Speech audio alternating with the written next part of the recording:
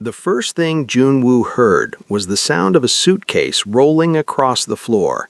Not footsteps, not concern, just wheels. He lay frozen on his bed, his body useless from the neck down, staring at the ceiling as his breathing machine hummed beside him. His voice came out broken. "Hyun, please, I need help turning. It hurts."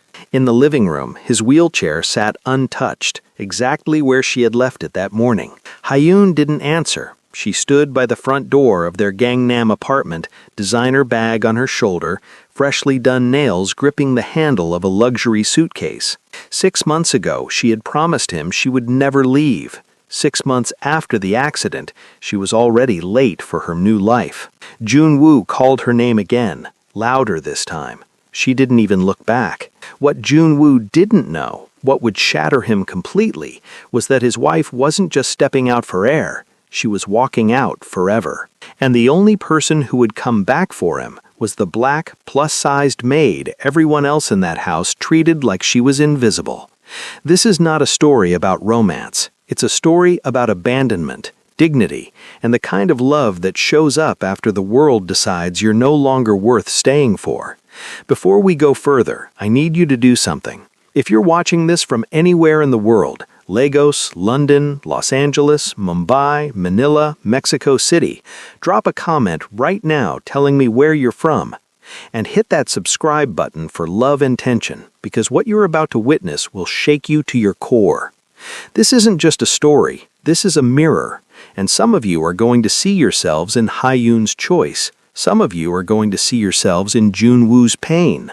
And some of you, the ones who've carried burdens nobody thanked you for, you're going to see yourselves in what comes next. 6 months earlier, Junwoo had been different, completely different. He was a mid-level architect at a respected firm in Seoul, Kim and Associates, specializing in sustainable residential design. Not wealthy, but comfortable. The kind of comfortable where you could take your wife to a nice restaurant twice a month, where you could start seriously looking at apartments with an extra bedroom for the children you were planning. Hyun had loved him for his gentle nature, his artistic vision, the way he'd sketch buildings on napkins during dinner dates at the small Italian restaurant in Itaewon where they'd had their first date 3 years ago.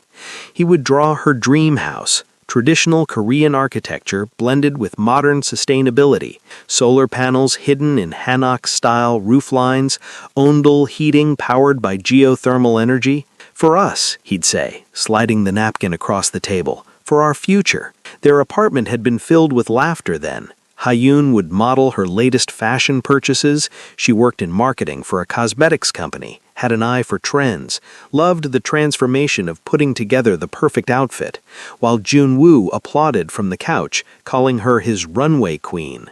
They talked about children, 2, maybe 3, about buying a house in the suburbs, somewhere with good schools, about growing old together, retiring to Jeju Island, Junwoo designing one final house just for them. Then came the accident. March 15th, a Tuesday. Junwoo was driving home from a site visit in Bundang. The project was going well, a sustainable housing complex that would be his first major credit as lead designer. He was texting Hyun at a red light, stopping for your favorite tteokbokki on the way home. The drunk driver ran the red light at 80 kilometers per hour. The impact folded Junwoo's sedan like paper.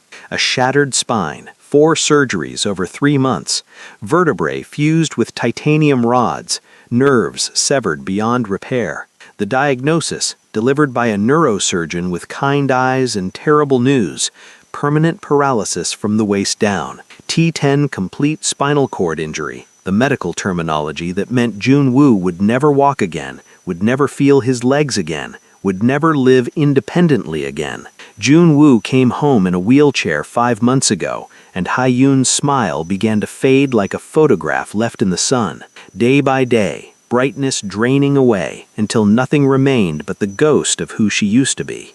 At first, she tried. She really did try. She helped with physical therapy appointments, driving him to the rehabilitation center 3 times a week, sitting in the waiting room scrolling through her phone while Junwoo struggled to master a wheelchair, to transfer from bed to chair, to accept that recovery no longer meant walking.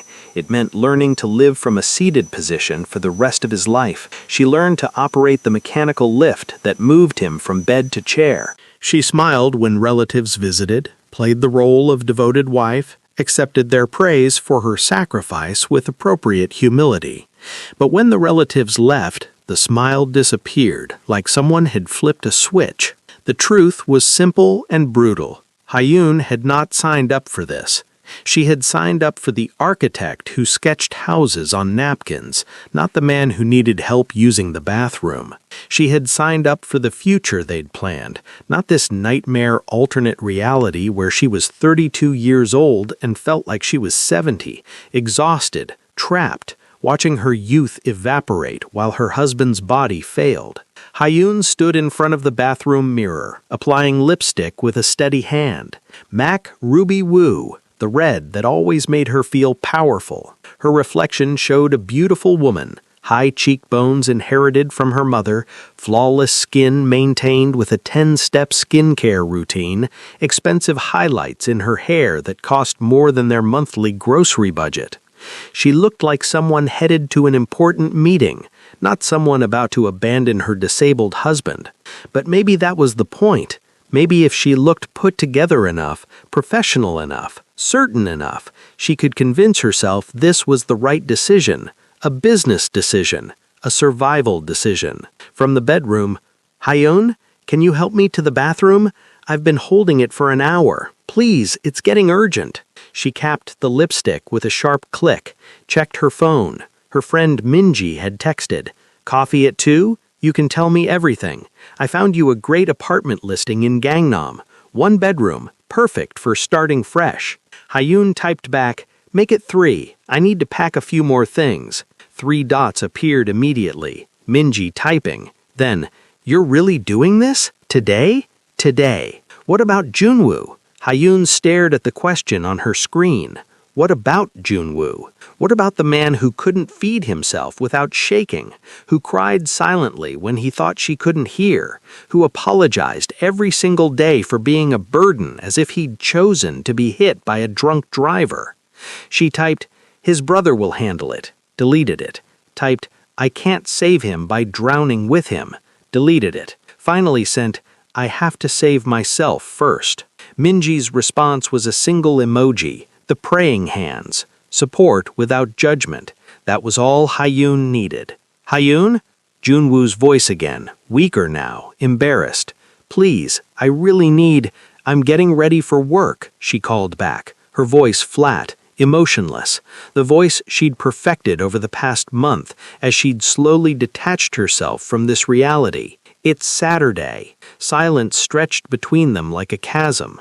Hyun picked up her suitcase. She'd packed it last night while Junwoo slept, moving through the apartment like a ghost, selecting only what mattered: clothes, documents, jewelry, photographs from before the accident, and walked to the bedroom doorway. Junwoo lay in the hospital bed they'd installed where their regular bed used to be, the bed where they'd made love and planned their future and fallen asleep intertwined. Now it was just another piece of medical equipment, all rails and adjustment buttons and waterproof mattresses. His legs useless beneath the thin blanket, his face gaunt from the 40 pounds he'd lost since the accident, his eyes desperate with hope that she might stay, that she might change her mind, that love might somehow be enough to overcome the crushing reality of their new life. "I'm leaving," she said. No emotion, just fact. The way you'd tell someone you were going to the store. Junwoo's face went through several expressions in rapid succession: confusion, disbelief, desperate hope that he'd misunderstood, and finally, sickeningly, understanding. For how long? Permanently. The word landed like a bullet. "You can't," Junwoo said, but his voice had no strength behind it. 6 months in bed had weakened everything, including his ability to fight for himself. "Hyun, you can't just watch me." She turned to go, pulling the suitcase behind her, its wheels clicking against the hardwood floor that Junwoo would never walk on again. "We took vows." His shout came out as a wheeze, his lungs weak from lying down for months. In sickness and in health, you promised, in front of your parents, my parents, God, everyone, you promised. Hayun spun back, and for the first time, real emotion cracked through her perfect facade like lightning through porcelain. Her face contorted with months of suppressed rage and resentment and exhaustion. I promised to marry a man, Junwoo, not this, not a burden, not someone who needs help eating, bathing, using the toilet like a child, not someone whose entire existence revolves around medications and bowel schedules and pressure sore prevention. She took a shaking breath. I'm 32 years old. I'm supposed to be living my life, building my career, having children while I still can, not playing nurse to someone who can't even... She stopped herself, but the damage was done. The truth hung in the air between them, ugly and undeniable. Junwoo's face crumpled like paper. Tears streaked down his cheeks, and he made no move to wipe them away because, what was the point? I didn't choose this. I didn't choose to be hit by a drunk driver. I didn't choose to be paralyzed. I didn't choose any of this, Hayun. Do you think I want to live like this? Do you think I enjoy needing help to exist? Neither did I choose it. Her voice went cold again, the emotion draining away as quickly as it had appeared. She'd gotten good at that, feeling everything intensely for 30 seconds, then shutting it off completely. It was the only way to survive. Your brother can check on you or hire someone. There are services for this. Home health care, caregivers. The insurance will cover most of it. You're my wife. I was your wife. Past tense. Hayun adjusted her bag on her shoulder. Now I'm just tired. So tired I can't remember what it feels like to not be tired. Tired of the smell of antiseptic and urine and decay. Tired of watching you give up a little more every day. Tired of dying alongside you. So you're just gonna let me die alone? You're not dying, Junwoo. You're just not living the life we planned, and I can't watch that anymore. I can't be the reason you have hope that's never going to materialize. It's kinder this way, for both of us. She walked to the front door, wheels clicking like a countdown against the hardwood floor. Hayun! His voice broke completely, dissolving into desperate sobs. Please don't do this. I love you. We can figure this out. I'll get better. The doctor said there's new treatments, stem cell therapy, exoskeleton technology. I'll walk again, I promise. I'll be the man I was. Just please don't leave me. The door clicked shut. The apartment fell silent except for the steady hum of the breathing machine and Junwoo's ragged sobs that gradually dissolved into silent heaving as he ran out of air, out of hope, out of everything except pain. Junwoo lay in that bed for 4 hours, unable to move himself, unable to reach his phone, which Ha-yoon had left on the dresser just out of reach. Accidentally or intentionally, he'd never know. Calling out periodically until his voice gave out entirely, reduced to a whisper, then nothing. The pressure point on his left hip developed into a stage 2 pressure sore because he couldn't shift his weight. His bladder, already urgently full when Ha-yoon left, eventually emptied involuntarily, soaking the bed, adding humiliation to abandonment. When his brother Min-ho finally arrived that evening, Ha-yoon had texted him at 1 p.m. Junwoo needs help. I can't do this anymore. I'm sorry. I've left information about his medications and care schedule on the kitchen table. He found Junwoo in the exact same position, tears dried in salty tracks on his face, eyes staring at nothing, lying in his own waste, a man reduced to his most basic and shameful vulnerabilities. Hyung! Min-ho breathed, using the Korean term for older brother, though Junwoo was only older by 18 months. Oh, Hyung, I'm here now. He immediately set to work. Junwoo had taught him the basics over the past months, during the times when Ha-yoon claimed she needed a break, needed a few hours to herself, needed to remember what it felt like to be human. Min-ho had learned how to operate the mechanical lift, how to clean and change Jun-woo, how to check for pressure sores, how to administer medications. It took 40 minutes to get Jun-woo cleaned, changed, into fresh clothing, repositioned properly with pillows supporting his pressure points. Min-ho worked efficiently but gently, talking the whole time about nothing, his kids, his work, the weather, filling the silence so Jun-woo wouldn't have to. When it was done, when Jun-woo was clean and dry and as comfortable as possible, Min-ho made tea. Strong Korean green tea, the kind their mother used to make. He pulled up a chair beside the bed. "She's gone," Min-ho whispered. His voice was destroyed from hours of crying. "She's really gone, Min-ho. She looked at me like I was something rotting that needed to be thrown away, and she left." Min-ho's jaw clenched.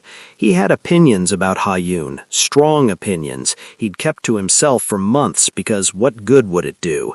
But now, "I'm sorry, Hyung," Min-ho said quietly, and he meant it. "I know you loved her. I still do." The admission came out broken. "I still love her, even now, even after—" His voice cracked. "What's wrong with me?" "Nothing is wrong with you. Love doesn't stop because someone proves they don't deserve it. That's not how hearts work." Min-ho squeezed his brother's shoulder carefully, mindful of pressure points. "But she made her choice, and now we deal with reality." Min-ho stayed that night, sleeping on the couch, and the next night, and the next. But on the fourth day, his wife Ji-won called. "The kids are asking for you. Minji has a fever. I need you home." Min-ho had his own family, his own life, his own responsibilities. He couldn't be there all the time, and they both knew it. "We need to hire someone," Min-ho said, looking through the home healthcare information Ha-yoon had left. "Professional help. The insurance will cover it. You need someone who can be here, who knows what they're doing." Jun-woo stared at the ceiling. "I don't want a stranger seeing me like this. Hyung, you don't have a choice anymore." The truth of it settled over them both like ash. Before we continue, if this story is hitting you emotionally, if you know someone who's been abandoned when they needed love most, if you've ever been the one left behind, take 2 seconds to like this video. Your click tells me these stories matter. It tells me that people understand what real pain looks like. Now, let's meet the woman who would change everything. The home care agency sent 3 candidates. The first, a young woman named Soo-jin, quit after 2 days. "I'm sorry," she told the agency supervisor, her voice shaking. "It's too depressing. He barely speaks. He just lies there. I can't handle the sadness." The second, an older woman named Mrs. Park, lasted a week before claiming a family emergency that was probably invented. She'd been professional but cold, efficient but resentful, like every task was a burden she resented having to bear. The third was Bracy Phillip. She arrived on a rainy Tuesday morning in late April, a large black woman in her late 40s with natural hair pulled back in a simple bun, wearing practical navy blue scrubs and carrying a worn leather bag that looked like it had traveled the world. No makeup except a hint of lip balm, no jewelry except a small silver cross necklace that looked like it had been worn so long it had shaped itself to her collarbone.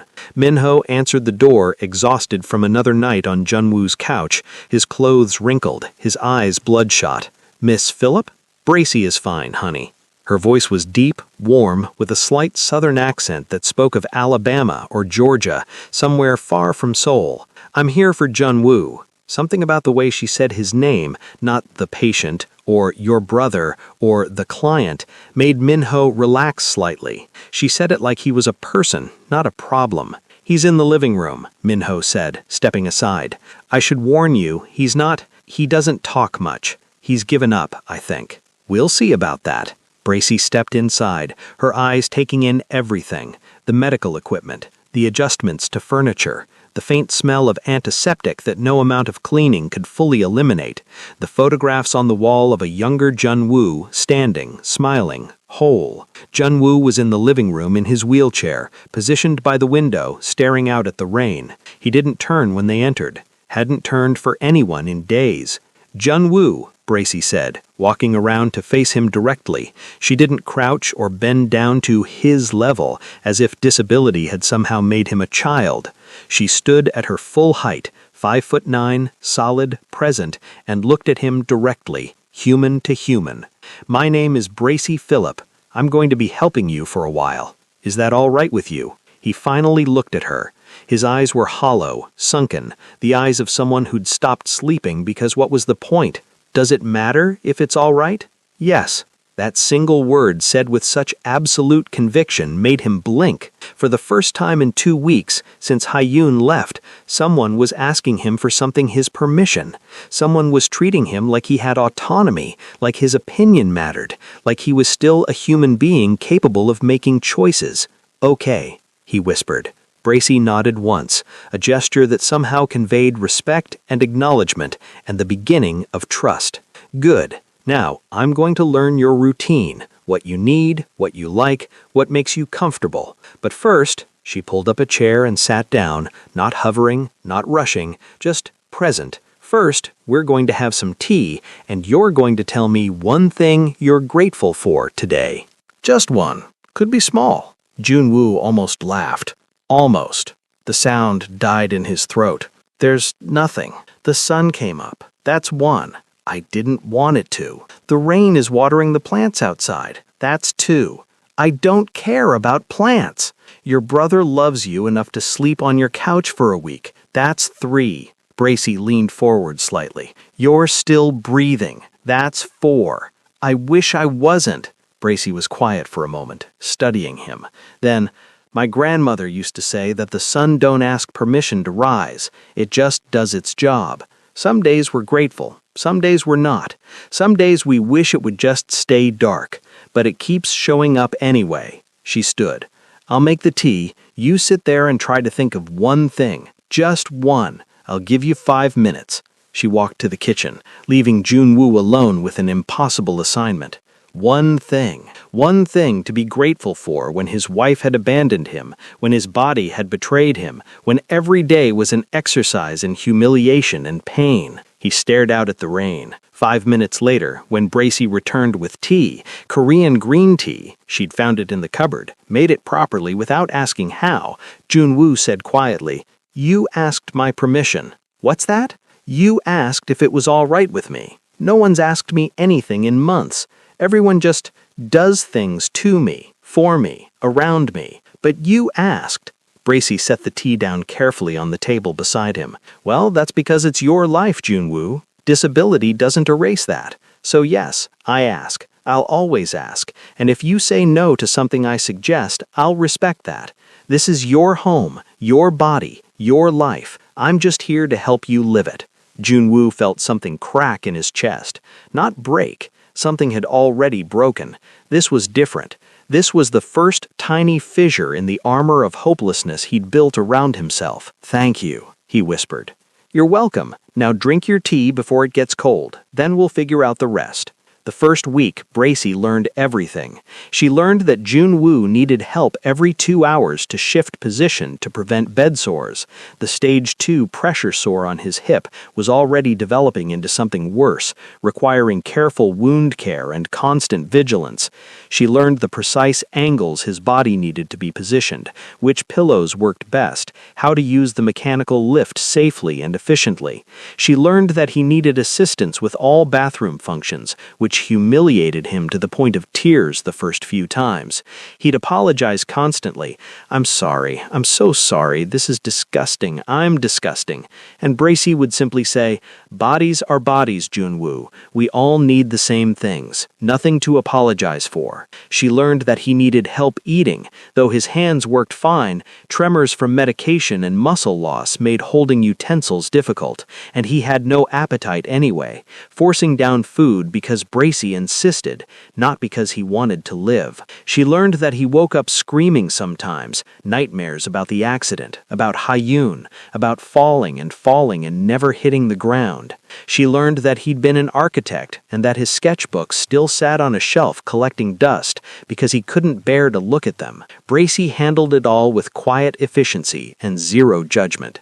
She never rushed, even when tasks took 3 times as long as they should, never sighed with impatience when Junwoo needed to rest halfway through getting dressed, never looked at her phone while helping him, giving him her full attention as if he were the only person in the world who mattered. She treated each task, no matter how medical, how intimate, how degrading it might feel to Junwoo, like it mattered, like he mattered, like caring for another human being was the most important work in the world. On day 4, while helping him into the shower chair, Junwoo finally spoke more than was strictly necessary. "Why are you being so nice to me?" "I'm not being nice. I'm being decent. There's a difference." Junwoo blinked water out of his eyes. "What's the difference?" "Nice is about making people feel good. Decent is about treating people right, whether they feel good or not. Nice is a feeling. Decent is a choice."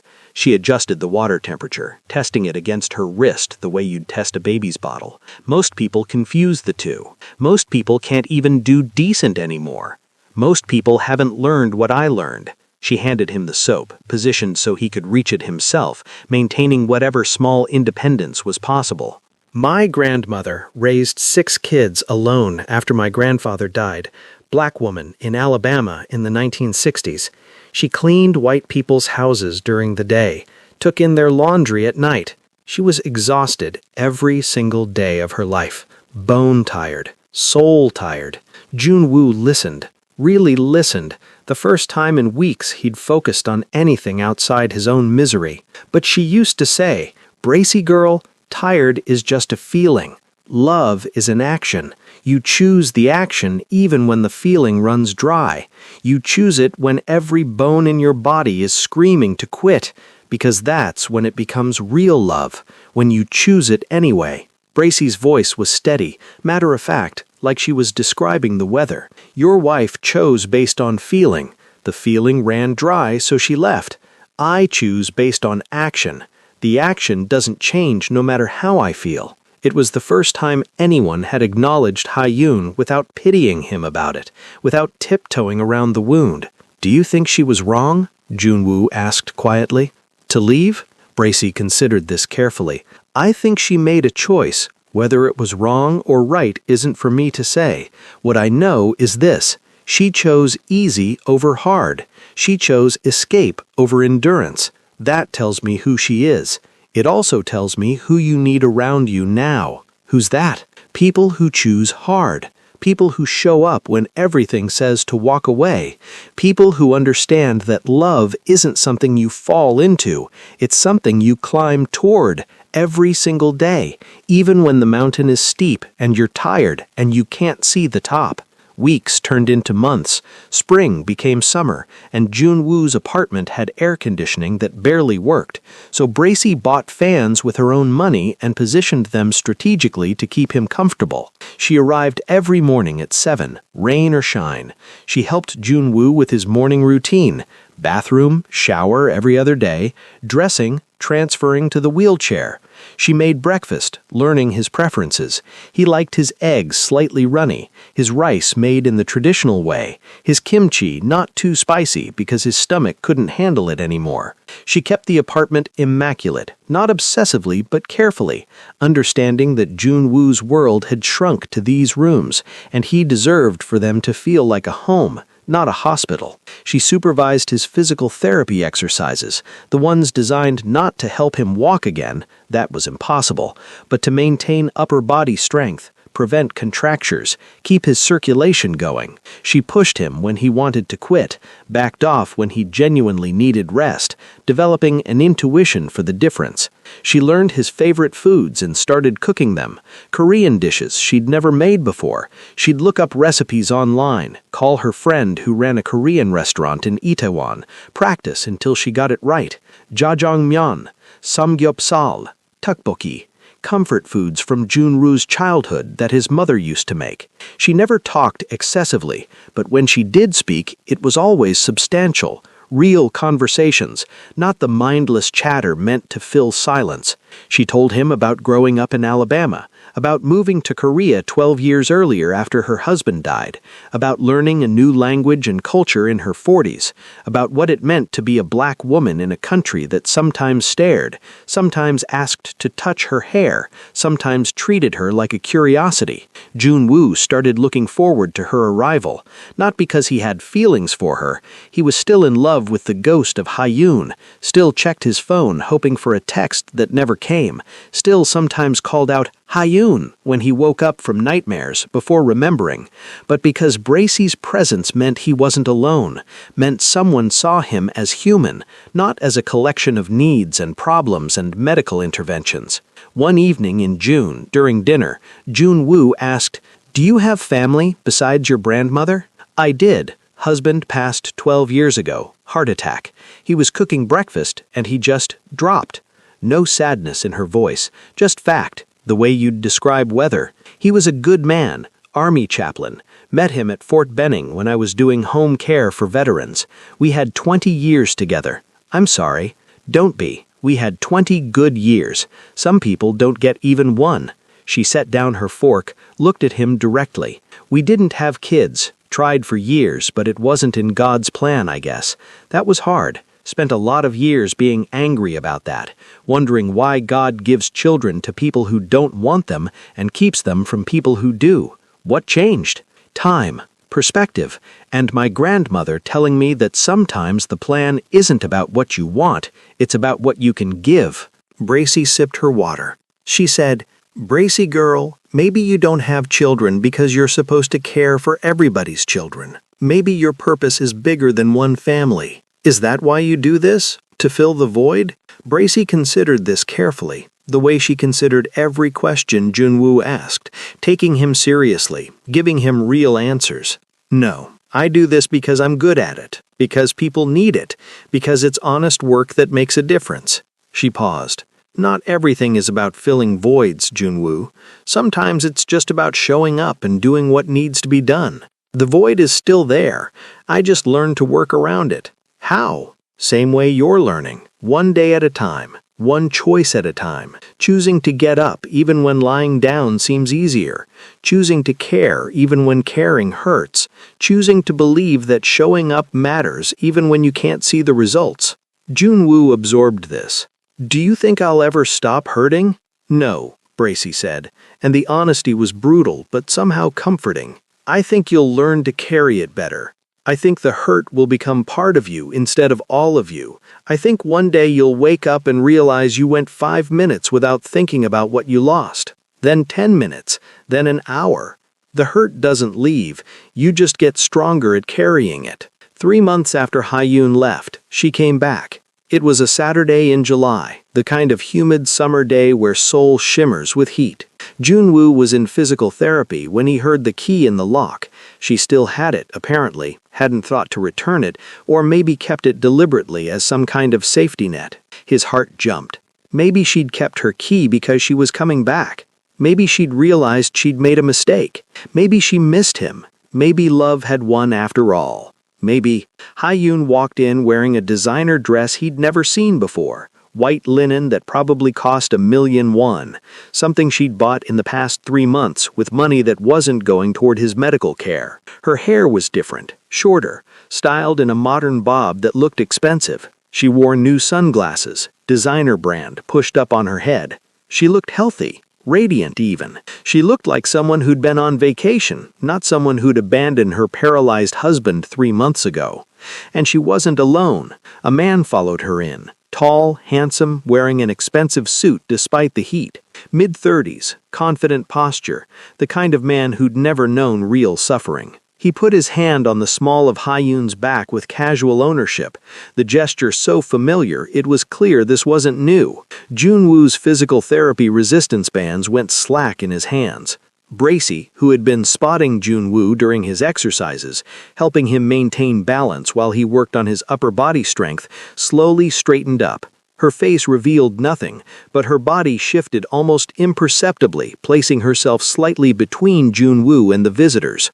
"Jun-woo," Ha-yoon said, her voice bright and false, the tone she used to use with difficult clients at work. "You look well." Better than I expected, actually. This is Sangwoo, my fiancé. The word hung in the air like poison.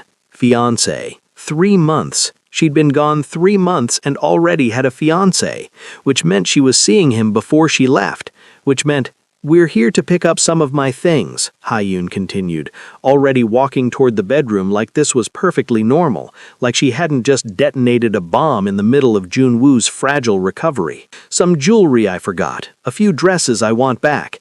I won't be long. 15 minutes tops." Sang-woo gave Jun-woo an uncomfortable nod, the kind you'd give someone panhandling on the street, acknowledgement without engagement, then followed Ha-yoon into the bedroom like a loyal dog. Jun-woo sat frozen in his wheelchair, his face drained of all color. His breathing had gone shallow, rapid. His hands trembled violently on the resistance bands. "Breathe," Bracy said quietly, kneeling beside him so she could look him in the eye. "Jun-woo, breathe with me. In through your nose, out through your mouth. Come on." "She moved on," he whispered, his voice barely audible. She moved on like I never existed. 3 months. 3 months and she's engaged to someone else, which means she was probably, while I was in the hospital, while I was... Oh God, Bracy, was she cheating on me even before she left? From the bedroom, Ha-yoon's laugh echoed, light and carefree, the sound of someone who had successfully escaped a nightmare. Sang-woo's deeper voice responded with something Jun-woo couldn't make out. Then Ha-yoon laughed again. The sound cut through Jun-woo like a knife.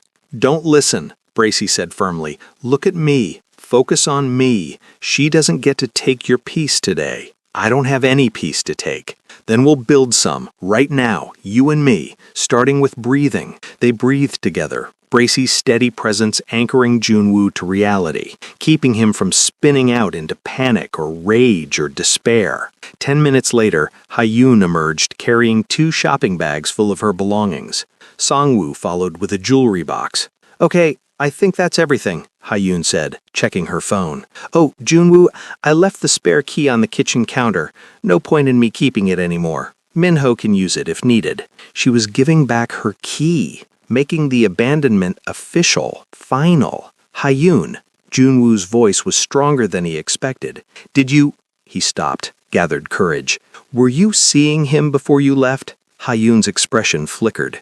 Guilt. Then defensiveness, then a carefully constructed neutrality. "I don't think that's relevant anymore. It's relevant to me. Jun-woo, we're divorced now. The paperwork was finalized last week. What I do with my life, we're divorced?" His voice cracked. "You didn't even tell me? I had the papers delivered to Minho. I thought he would—" She waved her hand dismissively. "It doesn't matter. It's done. We've both moved on. I hope you can be happy for me." "Happy for me?" Jun-woo repeated the words like they were in a foreign language. "You want me to be happy that my wife, ex-wife, abandoned me when I was paralyzed, divorced me without telling me, and is now engaged to the man she was probably sleeping with while I was in the hospital learning to use a catheter. That's what you want?" Sang-woo shifted uncomfortably. "Maybe we should go." "Yes," Ha-yoon agreed quickly, moving toward the door. "Take care of yourself, Jun-woo. I'm glad you found good help." She glanced at Bracy with what might have been gratitude or might have been condescension, hard to tell, and then she was gone. Again, this time taking her key, taking the last physical evidence of their marriage, leaving behind only the memory of who Jun-woo used to be, when he was whole enough to deserve her love. Pause here. If you've ever felt invisible to someone who promised to love you forever, if you've ever been discarded like you were nothing, if you've ever watched someone move on while you're still bleeding, comment, "I see you," below. Let's build a community that witnesses each other's pain. And subscribe to Love and Tension, because this story's about to take a turn no one sees coming. After Ha-yoon left with her boxes and her new fiancé and her casual cruelty, Jun-woo didn't speak for the rest of the day. He refused dinner, pushed the bowl away when Bracy tried to feed him, refused his evening medications, turned his head away like a stubborn child. He just stared at the wall, his jaw clenched so tight Bracy could see the muscles jumping, grinding his teeth until she worried he'd crack them. At 8 p.m., Bracy found him trying to reach the bottle of sleeping pills on his nightstand. His useless legs made it impossible, but he was trying anyway, straining, reaching, his face red with effort and rage and desperation. June Woo. Bracy's voice cut through his struggle. "I want to sleep," he said through gritted teeth, still reaching. "I want to sleep and not wake up. I want this to be over. All of it. The pain, the humiliation, the being left behind like garbage. Is that so much to ask? Just give me enough pills to—" "No." "Why not?" He finally looked at her, and his eyes were wild with pain, unhinged with it. "Why not, Bracy? Give me one good reason why I should keep living like this. Look at me. I'm useless. I'm half a man. I can't walk, can't work, can't even shit by myself. The woman I loved looked at me today like I was something she regretted not throwing away sooner. She moved on in 3 months. 3 months, and I'm still here in this prison of a body, and for what? So tell me, why should I stay?" Bracy pulled up a chair and sat down. She was quiet for a long time, so long that June Woo's rage began to deflate into something more dangerous, hopelessness. Then she reached into her pocket and pulled out an old photograph, its edges worn soft with age and handling. She held it out to June Woo with steady hands. "This is my grandmother, Delilah Phillip, born 1935 in Mobile, Alabama, died in 2003 in Birmingham. This picture was taken in 1975, the year my grandfather died and left her with 6 kids under the age of 14, no money, and a house that was falling apart." June Woo took the photo with shaking hands. The woman in it was strong-looking, broad-shouldered like Bracy, her skin dark, her eyes fierce and sad in equal measure. She wore a simple dress and an expression that said she'd survived things that should have killed her. "She had every reason to give up," Bracy continued, her voice steady but weighted with memory. "She was exhausted, she was broke, she was alone. Black woman in Alabama with 6 mouths to feed and nobody willing to hire her for anything but cleaning toilets and washing white people's dirty laundry. The welfare office treated her like scum. The church helped sometimes, but not enough. She had no education past 6th grade because her father pulled her out of school to work in the fields."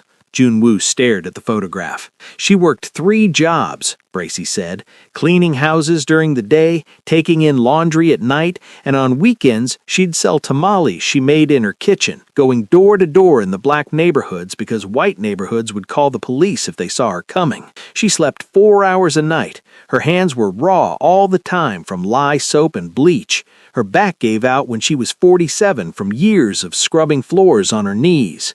"That's terrible," June Woo whispered. "That was survival," Bracy corrected.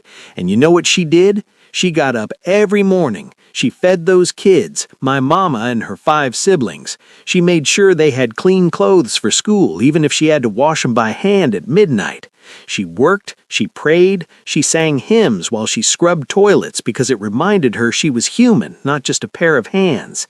She cried at night when she thought we couldn't hear, but come morning, she was up again." Bracy's voice grew quieter. "I asked her once when I was 16 and thought I knew everything, why she didn't just give up, why she didn't just walk into the Alabama River one night and let it take her where she didn't have to hurt anymore. You know what she told me?" "What?" "She said, 'Baby girl, giving up is easy. Anybody can quit. Quitting don't take no strength at all. But getting up when everything hurts, when nobody's watching, when there's no reward in sight, when the world has made it clear it don't care if you live or die, that's when you find out what you're made of. That's when you become strong enough to carry not just your own pain, but somebody else's too." June Woo's eyes filled with tears. "She told me that strength isn't a feeling," Bracy continued. "It's not something you're born with. It's something you inherit from people who survived when survival seemed impossible. It's something that gets passed down through blood and bone and story. Her mother, my great-grandmother, was born into slavery, actual slavery. She was 11 years old when the Civil War ended. You understand what that means?" June Woo nodded slowly. "It means my grandmother was raised by a woman who'd been owned, who'd been beaten, who'd watched her own children sold away from her like livestock, who'd survived things I can't even speak out loud because they're too evil for words. Bracey's voice hardened. But she survived. She kept going. She had children after slavery ended, including my grandmother. And that strength, that impossible, inexplicable strength came down through the generations until it reached me. Junwoo stared at the photograph of Delilah Phillip, this woman he'd never met who'd survived impossible things. Your grandmother was taking care of her children. She had a purpose. I don't have children. I don't have anyone who needs me to survive. So why should I? You have yourself. That's not enough. Then you haven't met yourself yet. Bracey took the photo back gently, tucked it back into her pocket where it lived like a talisman. Junwoo, I didn't come here because I need money. I don't. My husband left me well provided for. Military pension, life insurance, investments. I don't have to work another day in my life if I don't want to. Then why do you? Because this work reminds me every single day what my grandmother taught me, that strength isn't about having it easy, it's about showing up when it's hard. It's about choosing to care when caring costs you something.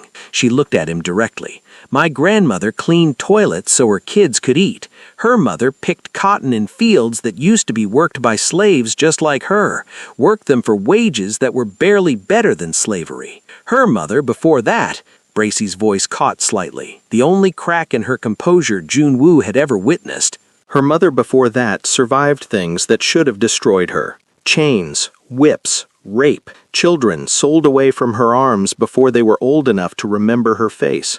But she survived, and that survival wasn't pointless, it wasn't wasted, because it came down to me, and now I'm here, passing it on to you. Why me? Junwoo's voice cracked.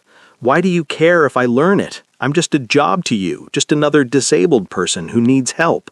No, Bracey's voice was firm. You're a human being who's been tested and found wanting. And before you get angry, so have I. So is everyone. We're all found wanting until we choose to be something more. What does that mean?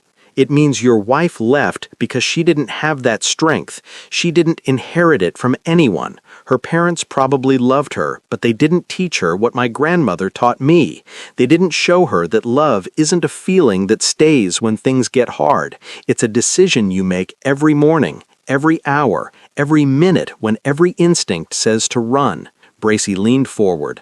Hyeon failed the test, Junwoo. That's all. It doesn't make her evil. It just makes her weak. And weakness isn't a sin, but refusing to get stronger, that's a choice, and it's the wrong choice. And what about me? Am I weak too? You were. When you tried to reach those pills just now, you were choosing weakness. You were choosing to let her win, to let the accident win, to let all that pain win.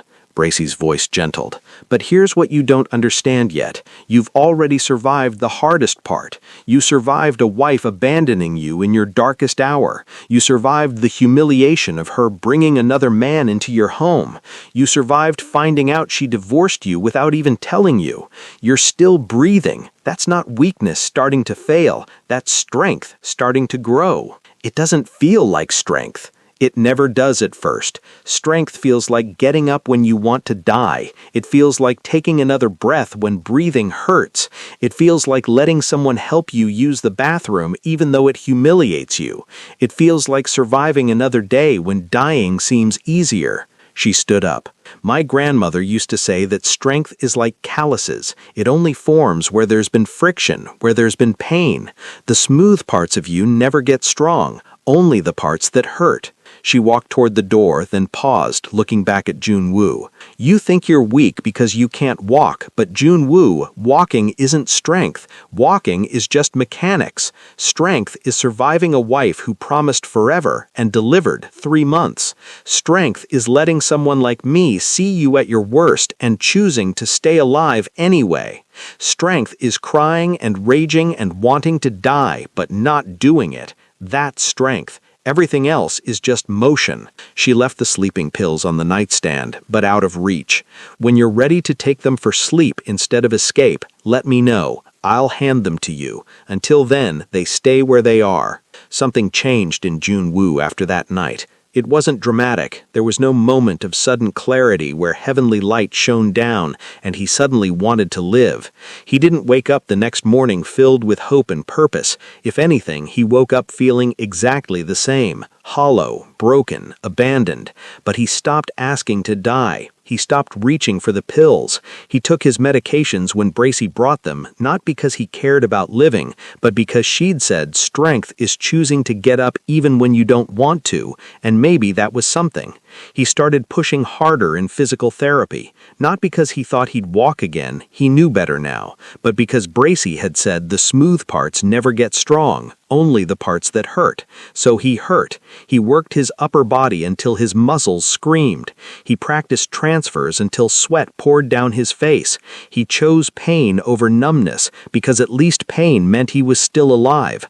Most importantly, he started asking Bracy questions, not surface questions, deep ones, about her grandmother, about what it was like growing up black in Alabama, about the specific ways racism manifested, not the dramatic violence you see in movies, but the daily grinding humiliations, about moving to Korea 12 years ago and what it was like being a black woman in a country that maybe seen 50 black people in person total, about her husband's death, about surviving loneliness, about choosing to keep going when no one would blame you for stopping. Bracy answered everything honestly. She told him about her grandmother working for a white family who'd throw away perfectly good food rather than let the help take it home. About saving that food from the garbage and feeding it to her kids anyway. About the shame of that. About the strength required to swallow shame so your children could swallow food.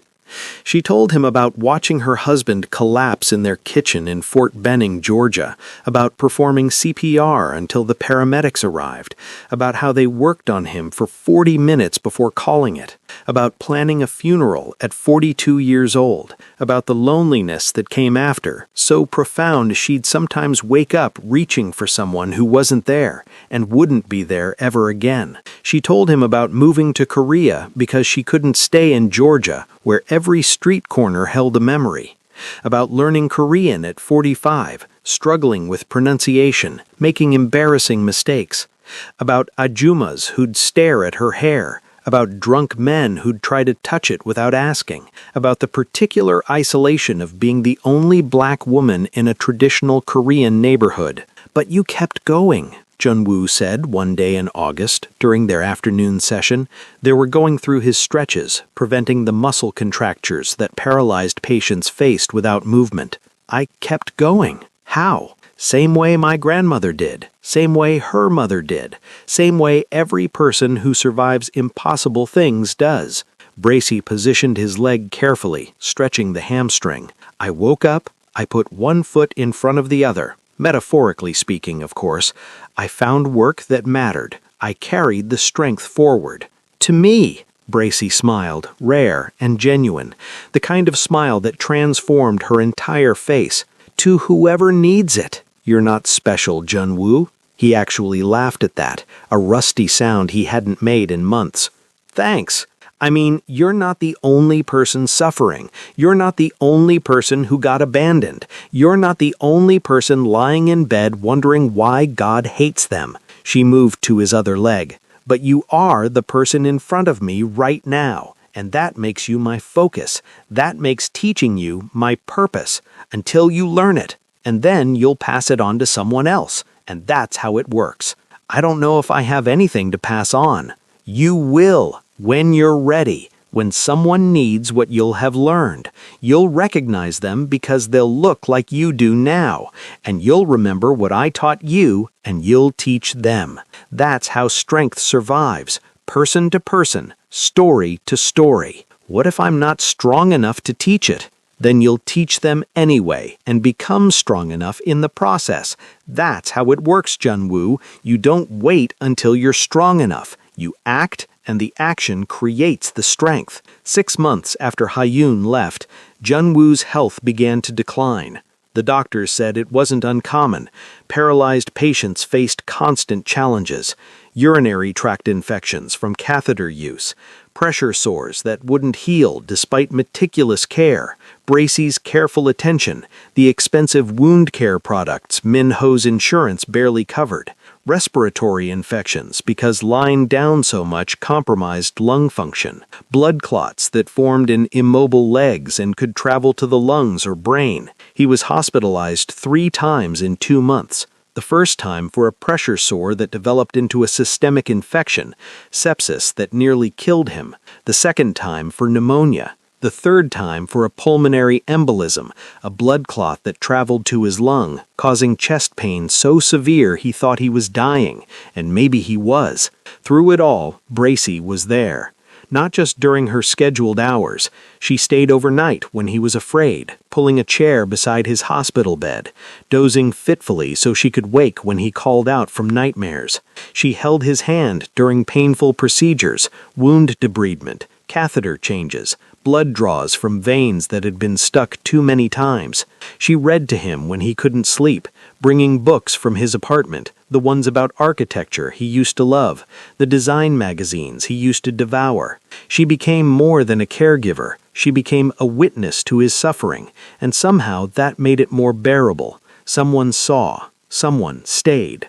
Min-ho pulled her aside one day at the hospital during the 3rd admission. "You're doing too much. This isn't your job anymore. This is more than anyone should ask. You're here 16, 18 hours some days. When do you sleep? When do you live your own life?" "I sleep when he sleeps. I live my life by helping him live his." "But why? He's not your family. He's not your responsibility." "The agency will send someone else if you need a break. Hell, I'll pay for around-the-clock care if that's what it takes. But you can't keep burning yourself out like this." "I'm not burning out." "Bracey, nobody's asking me to do this, Min-ho." Her voice was firm, but not unkind. "I'm choosing it. There's a difference. When someone asks and you do it, that's obligation. When you choose and nobody's asking, that's purpose. What's the purpose of exhausting yourself for someone who's going to—" He stopped himself. "Going to die?" Bracey finished for him. "We're all going to die. That's not the question. The question is what we do with the time we have, and I'm choosing to spend mine making sure your brother doesn't die alone and afraid and believing he's worthless." Min-ho's eyes filled with tears. "He's lucky to have you." "No, he's unlucky to need me. But since he does, I'm going to show up. That's what the strong do. We carry the weak until they can carry themselves. And if they never can, we carry them all the way home. Home? To whatever comes next. To peace. To rest. To God, if you believe in that."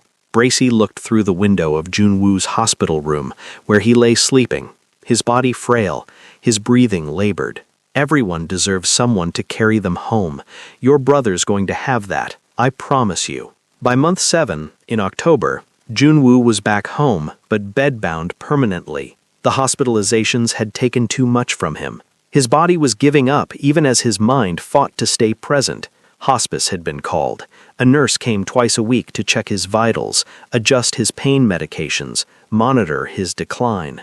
They brought a hospital bed with better controls, pressure-relieving mattress, rails that made care easier. They brought oxygen because his breathing was increasingly labored. They brought morphine for when the pain got too bad. The apartment that used to echo with Ha-yoon's laughter, that briefly held Junwoo and Bracey's quiet conversations, now held only the sound of medical equipment and Bracey's quiet movements and the knowledge that time was running out.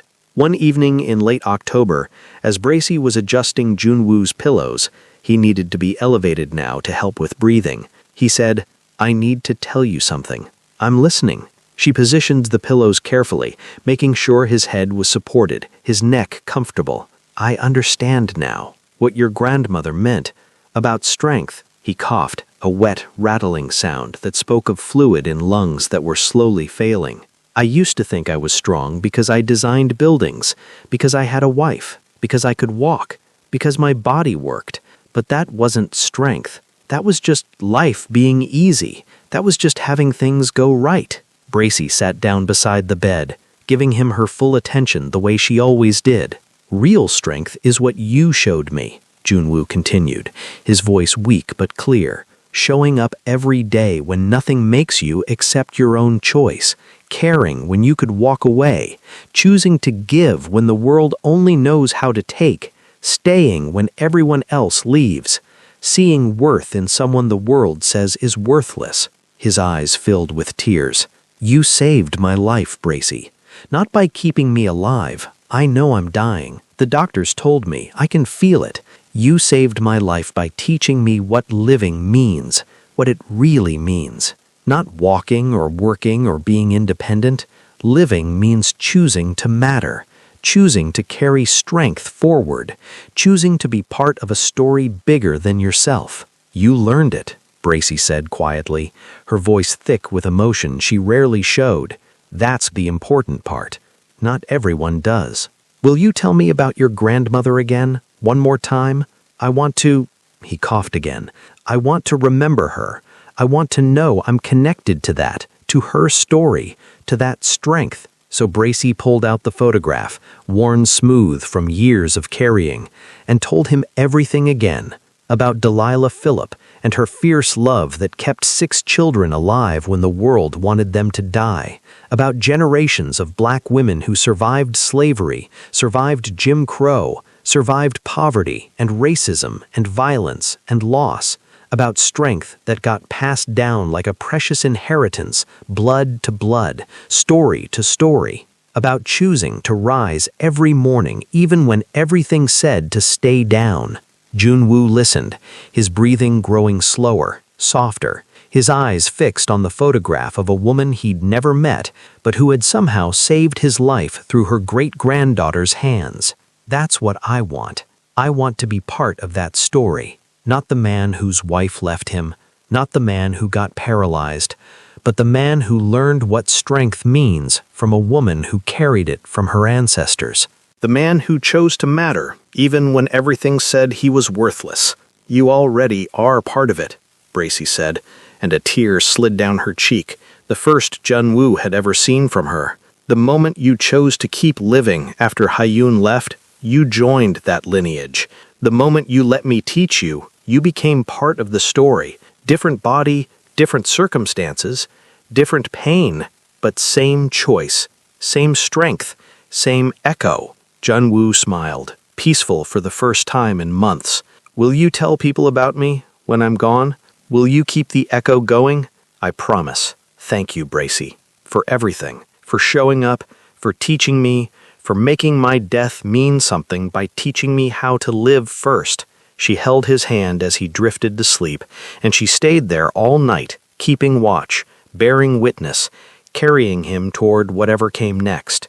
Junwoo died on a Tuesday morning in early November, 3 weeks before what would have been his 3rd wedding anniversary. He went peacefully, Bracy holding his hand, reading to him from a book about Frank Lloyd Wright, his architectural hero, the designer who believed buildings should serve life, should enhance life, should matter. She read about falling water and the Guggenheim and the philosophy of organic architecture until Junwoo's breathing slowed, stopped, and he was gone. His last words, whispered so quietly Bracy almost missed them, were, "Thank you for teaching me what matters." Min Ho arranged the funeral. It was small, held at a Buddhist temple because Junwoo's grandmother had been Buddhist, and he'd always liked the philosophy of impermanence, of letting go, of accepting what is rather than clinging to what was. A few colleagues from Junwoo's old firm came, looking uncomfortable, offering condolences to Min Ho while avoiding looking at the wheelchair they'd set beside the funeral photograph as a reminder of how Junwoo had spent his final months. Some distant relatives, Min Ho's family, his wife Ji-won, their 2 children who were too young to understand but old enough to be solemn, and Bracy. She sat in the back, wearing a simple black dress and the silver cross necklace she always wore. She didn't cry during the service. She'd done her crying in private the night Junwoo died, sitting in his empty apartment, holding his sketchbooks, letting herself feel everything she usually kept controlled.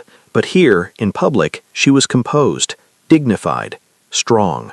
Hyun didn't come. No one expected her to. She'd sent flowers with a generic card. "My condolences on your loss." signed with just her name. No mention of the fact that her loss had been voluntary, chosen 3 months before death made it permanent.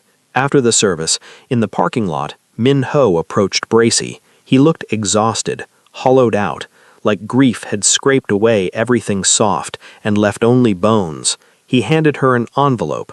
"Junwoo left this for you. He wrote it during his last good week when he could still hold a pen, made me promise to give it to you after he died." Bracy took it with steady hands, though her heart trembled. She opened it carefully. Inside was a check for far more than her services had cost. Junwoo had sold some investments, liquidated everything he could without touching the apartment that would go to Min Ho, and a letter in Junwoo's increasingly shaky handwriting. "Dear Bracy, you tried to teach me about inherited strength, but you never told me what to do with it once I learned it, so I figured it out myself. You pass it on. This money isn't payment. You can't pay someone for saving your soul. This is seed money. Start something. Help someone else the way you helped me. Carry your grandmother's echo forward. Build something that will outlast both of us. I'm not afraid anymore. Not of dying, not of being forgotten, not of the fact that Hyun's out there living her life like I never existed. I'm not afraid because of you, because you taught me that dying isn't the end of strength, it's just the next person's turn to carry it. Tell people about your grandmother.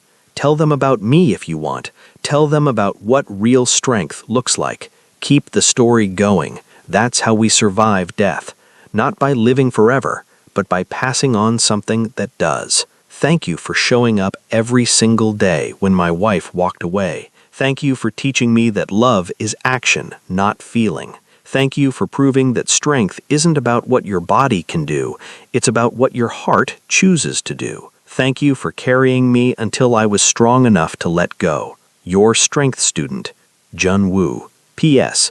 Tell Hyun I forgive her if you ever see her, not because she deserves it, because carrying anger is exhausting, and I want to be light enough to float wherever I'm going next. Bracy read it twice, then carefully folded it and put it back in the envelope with the check. She looked up at Min Ho, who was watching her with wet eyes. "He learned it," she said. "He really learned it. Because you taught him." "No, because his grandmother Delilah taught me, and I passed it on to him, and now he's passed it on through this." She held up the envelope. "That's how it works. That's how strength survives. What will you do with it?" Bracy looked out across the parking lot at the modern Seoul skyline, thinking about Alabama and slavery, and her grandmother scrubbing toilets, and Junwoo learning to die with dignity, and all the strength that had been passed down through pain until it reached this moment. "I'm going to build something," she said, "something that keeps the echo going." 3 months after Junwoo's death, on a cold February morning, Bracy stood in front of a small community center in Yeongdeung-po, a working-class neighborhood of Seoul, far from the gleaming towers of Gangnam. The sign above the door, in Korean and English, read, "The Delilah House, Support for Caregivers and Families of the Disabled." Min Ho had helped her set it up, navigating the Korean bureaucracy, finding the space, hiring the initial staff. Junwoo's money had funded it. The check had been substantial, enough to get started, enough to run for 2 years if they were careful. But the vision was all Bracy's, inherited from her grandmother, passed through Junwoo's sacrifice, now made real. Inside, the space was simple but warm. Comfortable chairs arranged in circles, a small kitchen for making tea and coffee, bulletin boards with resources, phone numbers, information about government programs and support groups. On one wall hung a large photograph of Delilah Phillip, enlarged and framed, her fierce eyes watching over the space. Beside it, a smaller frame held a photo of Junwoo from before the accident, smiling, whole, and beneath it a plaque. Junwoo Kim, architect, student of strength, 1989-2025. This afternoon was the center's first official support group meeting. Bracy had advertised in hospitals, rehabilitation centers, online forums for caregivers. She'd expected maybe 5 people, maybe 15 showed up. They filed in slowly, hesitantly, carrying the exhaustion of their lives like visible weight on their shoulders. Mostly women, wives, daughters, mothers, but a few men too. A husband caring for his wife with ALS, a son caring for his father with Alzheimer's, a sister caring for her brother with cerebral palsy. All of them looked like Bracy had felt 7 months ago when she'd first met Junwoo, tired beyond words, running on empty, wondering how much longer they could carry the impossible weight they'd been given. They sat in the circle of chairs, avoiding eye contact, shrinking into themselves like people who'd learned to take up as little space as possible because all their space had to be given to someone else. Bracy stood before them, holding her grandmother's photograph, the original, worn smooth from decades of carrying. "My name is Bracy Phillip," she began, her voice filling the small room with warmth and certainty, "and this is my grandmother, Delilah Phillip. She taught me something I want to teach you. Strength isn't something you're born with. It's something you inherit from people who survived when survival seemed impossible. It's something that gets passed down person to person, story to story, generation to generation. And today, I'm passing it to you." She told them about Delilah, about raising 6 kids alone after being widowed in 1975, about working 3 jobs while everyone treated her like she was invisible, like her labor and her pain and her humanity didn't matter, about choosing to get up every morning even when every bone in her body screamed to stay down, about crying at night but singing hymns while scrubbing toilets because it reminded her she was human, not just a pair of hands. She told them about Delilah's mother, born into slavery, surviving things too evil to fully describe, about how that survival wasn't meaningless. It came down through the generations until it reached Bracy, until it reached this moment, until it reached them. Then she told them about Junwoo, about a man whose wife abandoned him when he became paralyzed, about learning that his body's failure didn't mean his life was worthless, about discovering that strength isn't walking or independence or having it easy, it's choosing to matter when everything says you're a burden, about dying with dignity because someone chose to show up, chose to teach him, chose to see worth where others saw only damage. "We are all carrying impossible things," Bracy said, her voice strong and clear. "Every single person in this room is exhausted. You're all wondering if you can make it one more day. You're all wondering if what you're doing matters. You're all wondering if anyone sees how hard you're trying." A young woman in the front row started crying silently, tears streaming down her face. "And I'm here to tell you, yes, you can make it one more day. Yes, what you're doing matters more than you know. And yes, I see you. We all see you." Bracy's voice grew fierce. "The strength you need isn't somewhere outside you. It's not something you have to find or earn or deserve. It's already in your blood, passed down from people who survived worse. Your ancestors, whoever they were, wherever they came from, they survived impossible things so you could be here, so you could carry this impossible weight, so you could pass the strength forward." One of the women, young, Korean, maybe 30, raised her hand timidly. Bracy nodded at her. "My husband has early onset dementia," the woman said, her voice breaking. "He's 34. He doesn't remember who I am anymore. Sometimes he thinks I'm his mother. Sometimes he thinks I'm a stranger breaking into his house. He gets violent when he's confused. I have bruises." She stopped, swallowed hard. "Why should I keep caring for someone who doesn't even know who I am, who might never know again? What's the point?" Bracy walked over and knelt beside her chair, looking directly into her eyes. "Because that's when love becomes real, when it stops being about what you get back and becomes about what you choose to give. When there's no reward, no recognition, no reciprocation, that's when love becomes strong enough to change the world. That's the love that gets passed down. That's the love that becomes legend." She stood back up, addressed the whole room. You think your situations are hopeless. You think no one understands. You think the world has forgotten you while you're busy caring for people the world has already dismissed. And you're right. The world doesn't understand. The world doesn't care about caregivers until it needs one. The world treats you like you're invisible. Bracey's voice rose. But this woman, she held up her grandmother's photograph so everyone could see, she was invisible too. Black woman in Alabama cleaning white people's toilets. Nobody saw her, nobody thanked her, nobody recognized what she was doing, but she did it anyway. And that invisible strength came down to me, and through me, it went to Junwoo, and through Junwoo's sacrifice, it's now coming to you. She let that settle. You're not invisible to me. You're not forgotten. You're not doing this for nothing. You're carrying strength forward. You're part of an ancient lineage of people who survived impossible things. And one day, maybe not soon, maybe not in the way you expect, someone is going to need the strength you're building right now.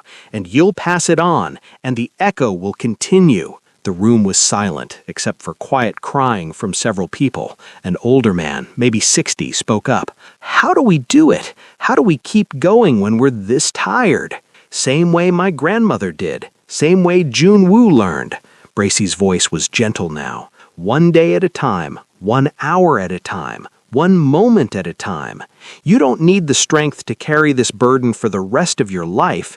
You only need the strength to carry it right now. This moment.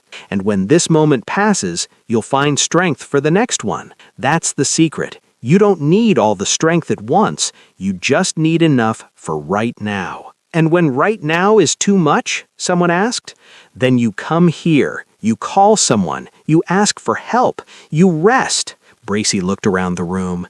Strength isn't refusing to admit you need help. Strength is surviving long enough to ask for it. My grandmother took help when it was offered. Junwoo let me help him.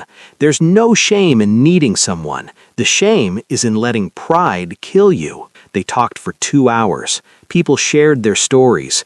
The spouse with ALS, the parent with Alzheimer's, the child with disabilities, the sibling with mental illness. Each story different in details, but the same in exhaustion, the same in invisible suffering, the same in desperate need to know they mattered. Bracey listened to every story, witnessed every person, reminded them all that they were part of something bigger than their individual pain. They were carrying forward strength that had been passed down through countless generations of people who survived when survival seemed impossible. When the meeting ended, people lingered. They didn't want to leave. This was the first time in months, years for some, that anyone had truly seen them, had recognized their suffering as legitimate, had told them they were strong instead of just telling them to hang in there or stay positive or other platitudes that meant nothing. The young woman whose husband had dementia approached Bracey. Will you be here next week? Every week, Tuesday afternoons, same time. Can I bring my sister? She's caring for our father. She needs this. Bring anyone who needs it. That's why we're here. As people filed out into the cold February afternoon, slightly less burdened than when they'd arrived, Minho approached Bracey. He'd been sitting in the back, observing. He'd be proud, Minho said quietly. Junwoo, he'd be so proud of this. This is his legacy. His and your grandmother's. His and every person who ever chose strength over surrender. Bracey looked at the photograph of Delilah Phillips on the wall. The echo keeps going. The Delilah house had grown beyond anything Bracey had imagined. What started with 15 people became 20, then 30. They had to move to a larger space in the same neighborhood.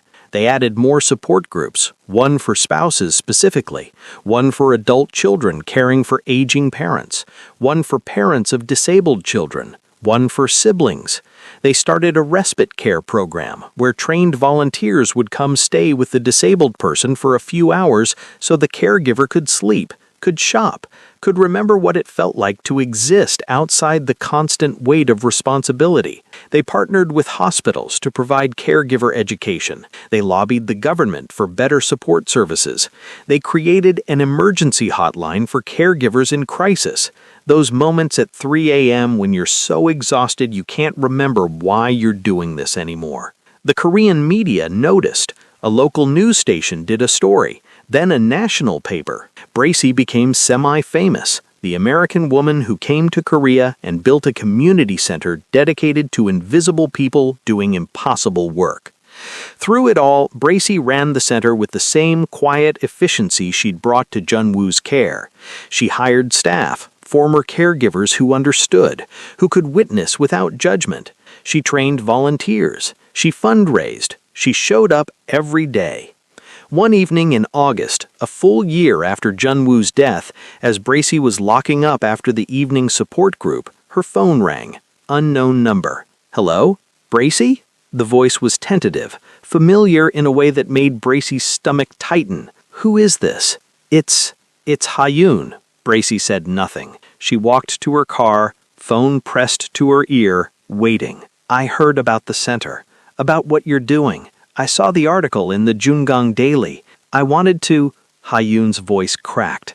I wanted to apologize for leaving, for not being strong enough, for... Stop. Bracy's voice cut through, firm but not unkind. Why are you calling me, Ha-yoon? What do you want? I need to know if you hate me. Bracy sat in her car, staring at her grandmother's photograph that she kept on her dashboard. I don't hate you. Really? Hope crept into Ha-yoon's voice. Hate takes energy I don't have to spare. Hate means you still matter to me, and you don't. You're just a woman who failed a test. That's all. Bracy's voice was matter-of-fact. But I don't forgive you either. That's not my place. Jun-woo forgave you. He told me so before he died. He said he understood you didn't have what it takes, and he pitied you for that. That's between you and whatever God you believe in. Is that all you wanted to say?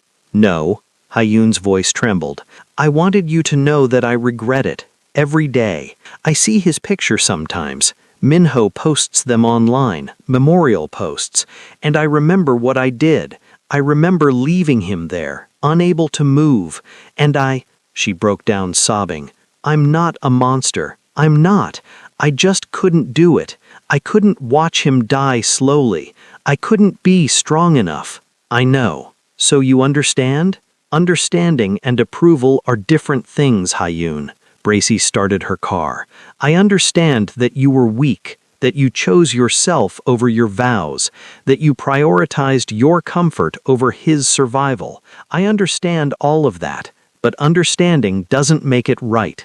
I thought you'd be angrier. I was. When it happened, when I found him lying in his own waste because you'd left him for 4 hours, when I saw what your abandonment did to him, yes, I was angry. Bracy pulled out of the parking lot. But Jun-woo taught me something before he died. He said carrying anger is exhausting, and he wanted to be light enough to float wherever he was going. So I let it go. Not for you. For me. Should I feel guilty? Yes. Bracy's voice hardened. You should feel guilty every day for the rest of your life. Not because guilt will fix anything, it won't bring Jun-woo back, won't undo the trauma you caused, but because guilt means you still have a conscience, means maybe you'll do better next time someone needs you, means maybe you're not completely beyond redemption. There won't be a next time. I'm married now. Sang-woo and I got married 6 months ago. We're happy. We're trying for a baby. Ha-yoon paused. I'm going to be different this time. Better. Stronger. I hope so. And Bracy meant it, without warmth, but without cruelty. I genuinely hope you never face the test you failed with Jun-woo. But Ha-yoon, here's what you need to understand. Love tested is love revealed. You were tested and you failed. One day Sang-woo will be tested too. Maybe by illness, maybe by job loss, maybe by depression, maybe by something else entirely. When that day comes, you'll find out if he's like you or like Junwoo. And if he's like you, if he leaves when things get hard, you'll finally understand what Junwoo felt when you walked away. That's cruel. That's truth. Bracy turned onto her street, and the truth is cruel sometimes, but it's still true. You'll either learn to be strong or you'll fail someone else. Those are your options. Choose wisely. I don't think I can be strong like you. You can. You just haven't been forced to yet. Strength isn't something you're born with. It's something you build in the moments when everything says to quit and you don't. You haven't built it yet because you've always had the option to quit. But one day you won't, and that's when you'll discover what you're made of. And if I'm not made of anything good, then you'll learn to be. Or you won't, and you'll live with that knowledge. Bracy pulled into her parking space. I have to go, Hyun. I have a support group in the morning. People who are choosing to be strong when everything tells them to quit. People who would never understand what you did, but who need to hear that choosing strength is possible, even when you don't think you have it. Good luck. I hope you never need the kind of strength I teach. Wait, will you tell people about me? About what I did? Bracy considered this. I tell Junwoo's story. That includes your choice to leave. But I don't tell it to shame you. I tell it to show what happens when someone fails the test, and what happens when someone else steps in and passes it. You're not the villain in the story, Hyun. You're just the person who wasn't strong enough, and that's a cautionary tale, not a condemnation. That's somehow worse than being hated. Yes, but it's honest, and honesty is what people need to hear. Bracy hung up before Hyun could respond. She sat in her car for a long moment, staring at her grandmother's photograph, thinking about strength and weakness and the thin line between them. Hyun wasn't evil. She was just weak, and weakness isn't a sin, it's just an absence of something that should be there. And that absence had cost Junwoo 7 months of his life feeling worthless and abandoned before Bracy arrived to teach him differently. But Junwoo had learned. He'd died strong, and that mattered more than Hyun's weakness ever could.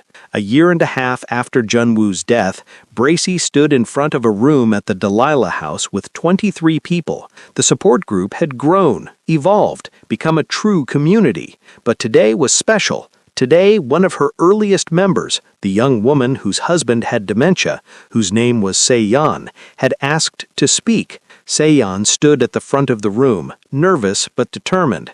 Her husband Ji-hoon sat beside her in a wheelchair, his eyes vacant, not recognizing her or anyone else. But she'd brought him anyway, because he was part of her story. I want to tell you what Bracy taught me, Se-yeon began, her voice shaking but growing stronger. A year and a half ago, I came here for the first time. I was ready to give up. I was ready to put Ji-hoon in a care facility and walk away and try to pretend our life together had never happened. I couldn't handle watching him forget me. I couldn't handle the violence when he got confused. I couldn't handle being invisible to the person I loved most. People nodded, recognizing their own stories. But Bracy told me something that changed everything. She said that love becomes real when it stops being about what you get back and becomes about what you choose to give. And I didn't understand that at first. I thought love was supposed to be reciprocal. I thought if I gave and got nothing back, that wasn't love. That was just suffering. Se-yeon looked at her husband, then back at the group. But I learned something over this past year. I learned that the love that gets remembered, the love that changes things, the love that makes you strong, that's the love you give when there's no reward. That's the love you choose when everything says to quit. She pulled out a piece of paper, her hands shaking. I wrote something. I want to read it. My husband doesn't remember me, but I remember him. I remember the man who proposed on a bridge, who cried at our wedding, who wanted 3 children, who loved me enough to build a future. That man is gone. This man doesn't know my name. This man sometimes hits me when he's scared. This man will never thank me for staying. But I stay anyway, not because I'm a martyr, not because I'm weak, but because love isn't a feeling, it's a choice. And I choose to love the man he was by caring for the man he is. And that choice makes me stronger than I ever knew I could be. The room was silent except for quiet crying. Seon folded the paper. Bracey's grandmother was a black woman in Alabama who survived impossible things. Junwoo was a man whose wife abandoned him but who learned to die with dignity. And I'm a woman whose husband has forgotten her but who chooses to remember him by showing up every day. We're all part of the same story. We're all carrying the same strength forward.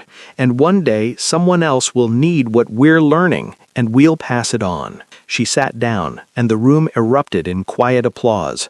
Not loud or celebratory, but the kind of applause that says, I see you, I witness you, you matter. After the meeting, Seon approached Bracey. Thank you for teaching me, for showing me that my suffering isn't meaningless.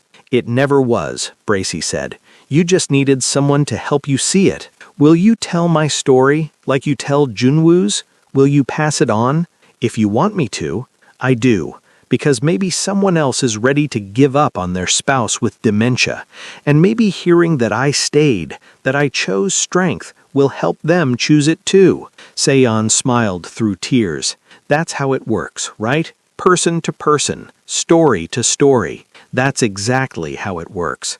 That night, Bracey sat in her small apartment staring at the framed photograph of her grandmother on the wall beside Junwoo's letter. She thought about Delilah Phillip, born in 1935, died in 2003, who survived impossible things and passed strength down through generations until it reached this moment, this place, these people. She thought about Junwoo, who died believing he mattered because someone had taught him that mattering isn't about what your body can do, it's about the choices your heart makes.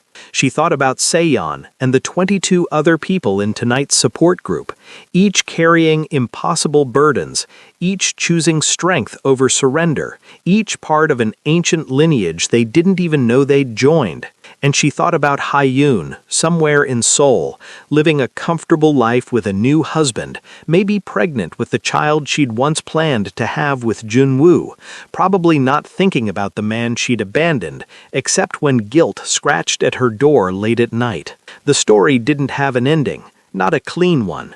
Junwoo was dead, his body cremated, his ashes scattered on a mountain he'd loved to hike before the accident, his life reduced to a photograph on a wall, and a letter in a frame, and a legacy he'd never see. Hyun was alive and thriving, unpunished except by her own conscience, and even that was questionable. She'd moved on completely, rebuilt her life on the ruins of her marriage, and would probably never face consequences for her abandonment beyond occasional guilt. Seon was exhausted, her husband deteriorating, her youth slipping away while she cared for someone who didn't know she existed. No reward waiting, no happy ending promised, just the daily choice to show up and the knowledge that she was building strength others would need someday. And Bracey was here, carrying the weight of her grandmother's legacy, Junwoo's sacrifice, and the suffering of everyone who walked through the Delilah house doors.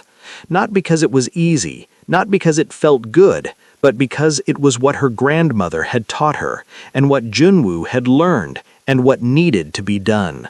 Some people would call that unfair. Some would say Hyun should have been punished more. Some would say Junwoo deserved to be healed, deserved to walk again, deserved to find love that stayed. Some would say So-yeon deserved better than a husband who forgot her. Some would say Bracey deserved rest, but Bracey knew better than to expect fairness. Life wasn't about fairness.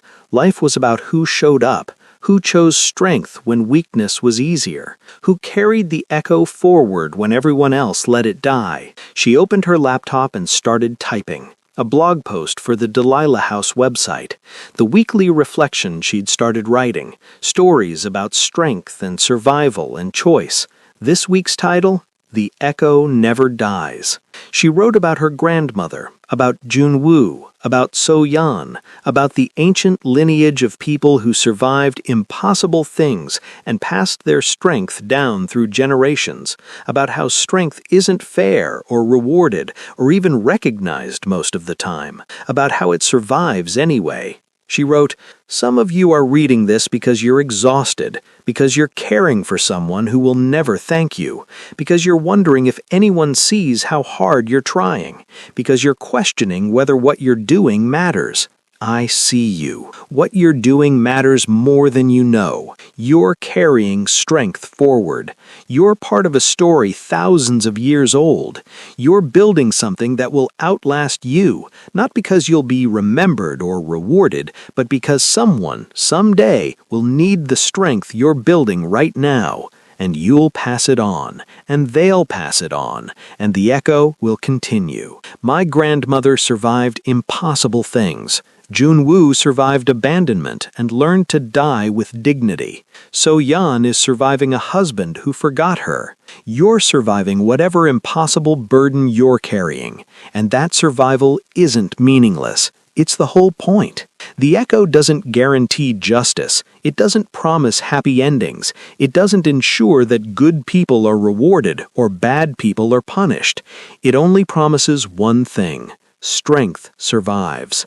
Person to person, story to story, generation to generation. As long as someone chooses to carry it forward, the echo never dies. Get up tomorrow. Take one more breath. Make one more choice to matter. That's all strength is. That's all it's ever been. The echo continues through you. She posted it, closed her laptop, and looked at the photograph of her grandmother one more time. "Thank you," she whispered, "for teaching me, for surviving so I could survive, for passing it on." Tomorrow she would wake up. She would open the Delilah House. She would teach others what her grandmother taught her, what Junwoo learned, what So-yeon was learning. She would bear witness to suffering and remind people they weren't alone. She would carry the strength forward.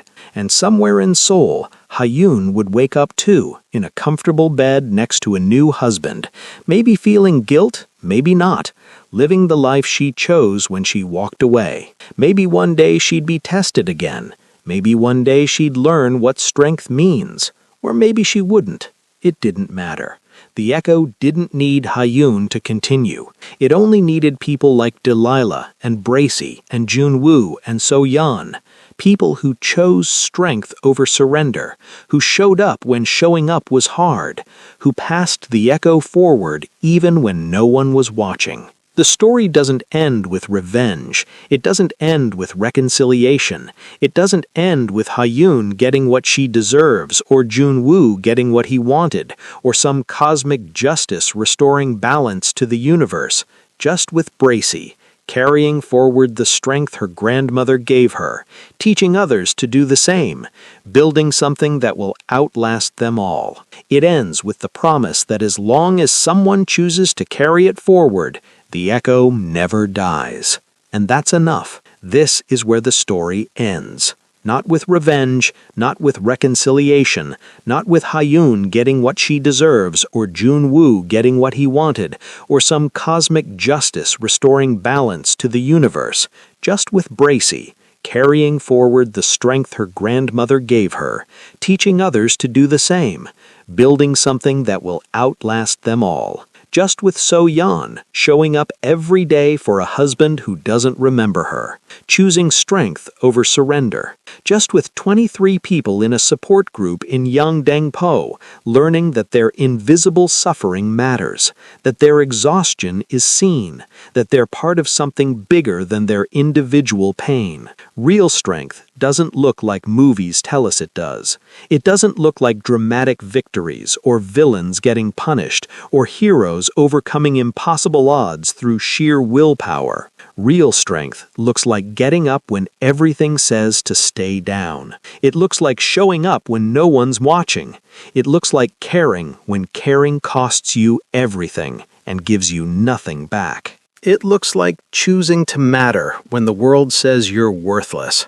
If this story moved you, If you understand now what real strength looks like, if you've ever been the one carrying an impossible burden while everyone else looked away, do 3 things. First, subscribe to Love and Tension. We tell stories that don't give easy answers because life doesn't give easy answers. We tell stories about real people making impossible choices. We tell stories that matter.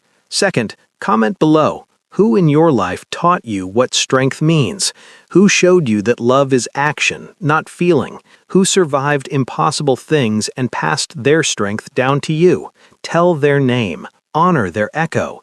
Let's build a memorial of strength, person by person, story by story. Third, and this is the most important one, tomorrow morning, when you wake up exhausted and overwhelmed and wondering if you can survive one more day of whatever impossible burden you're carrying, get up anyway. Take one more breath. Make one more choice to matter.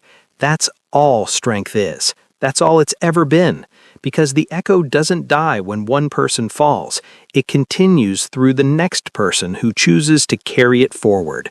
It continues through you. I'm waiting to read your stories. I'm waiting to witness your strength. I'm waiting to be part of the echo that carries us all forward.